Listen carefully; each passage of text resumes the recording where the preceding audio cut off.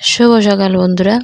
আজ রান্নাটা অনেকটা লেট, ঘুম থেকে উঠেছি লেট, যেহেতু গত দিন গিয়েছে উল্টো রথের মেলাতে দোকান দিয়েছি, তো সেই দোকান গুছগাছ করে আস্তে আস্তে প্রায় 1টা 1:30 বেজে গেছে। খেয়ে দিয়ে ঘুমোতে ঘুমোতে 2টা 2:30 বেজে গেল। তো আজ উঠতে উঠতে প্রায় 10টা 10:30 বেজে গেছে বন্ধুরা। কি রান্না বান্না করবো দেখো, বাজার নিয়ে এসেছে কি টাটকা টাটকা সবজি।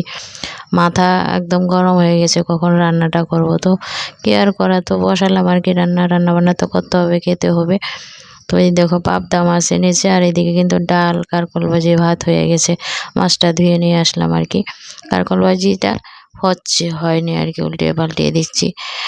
তো বন্ধুরা, রথের মেলাতে তেমন বেচা কেনা ভালো হয়নি, কারণ আমার দোকানের জায়গাটা একদম পেছন দিকে পড়েছে, লোকজন তেমন ছিল না। তো দেখো এদিকে আমি ঝিঙ্গাটা ভেজে নিচ্ছি, তারপর আলুটা ভেজে নিচ্ছি। ঝিঙ্গা আলু দিয়ে মাছের ঝোল হবে, আর টমেটো দিয়ে ছেলের জন্য একটুখানি তরকারি রান্না করছি। মাছ ছাড়া ছেলে তো মাছ খাবে না।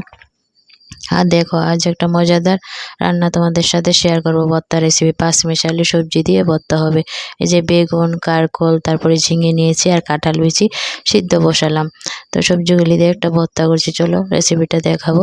আর এদিকে দেখো ঝিঙ্গা, আলু, মাছ সব কিছু ভেজে তরকারিটা বসিয়ে দিলাম আর কি।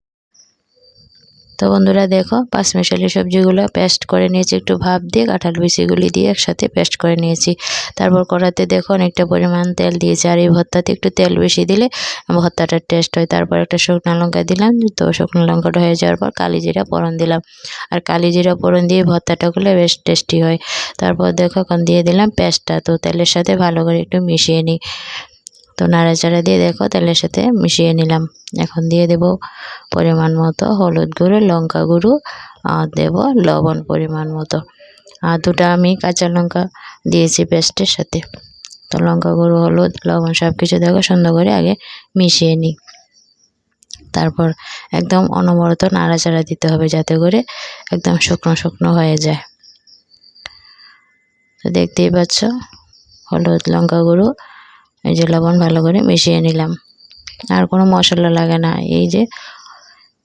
এই মশলাতেই হয়ে যাবে আর কি। আর কাঁঠাল বিচি দেওয়াতে একটু আঠালো হয়, তো ভর্তাটা মানে টেস্ট আসে আর কি। তো দেখতেই পাচ্ছ অনেকটাই শুকিয়ে গেল। তো অনবরত নাড়তে থাকলাম, নাড়তে নাড়তে আমার হাতে ব্যথা হয়ে যাচ্ছে, এরকম অবস্থা। দেখো কড়াতে লেগে থাকছে না, ভর্তাটা হয়ে গেছে। উল্টিয়ে পাল্টিয়ে দেখো ভর্তাটা একদম ভাজা ভাজা করে রান্না করে নিলাম। তো 5 মিশালি সবজির ভর্তা খেয়েছো কিনা বন্ধুরা?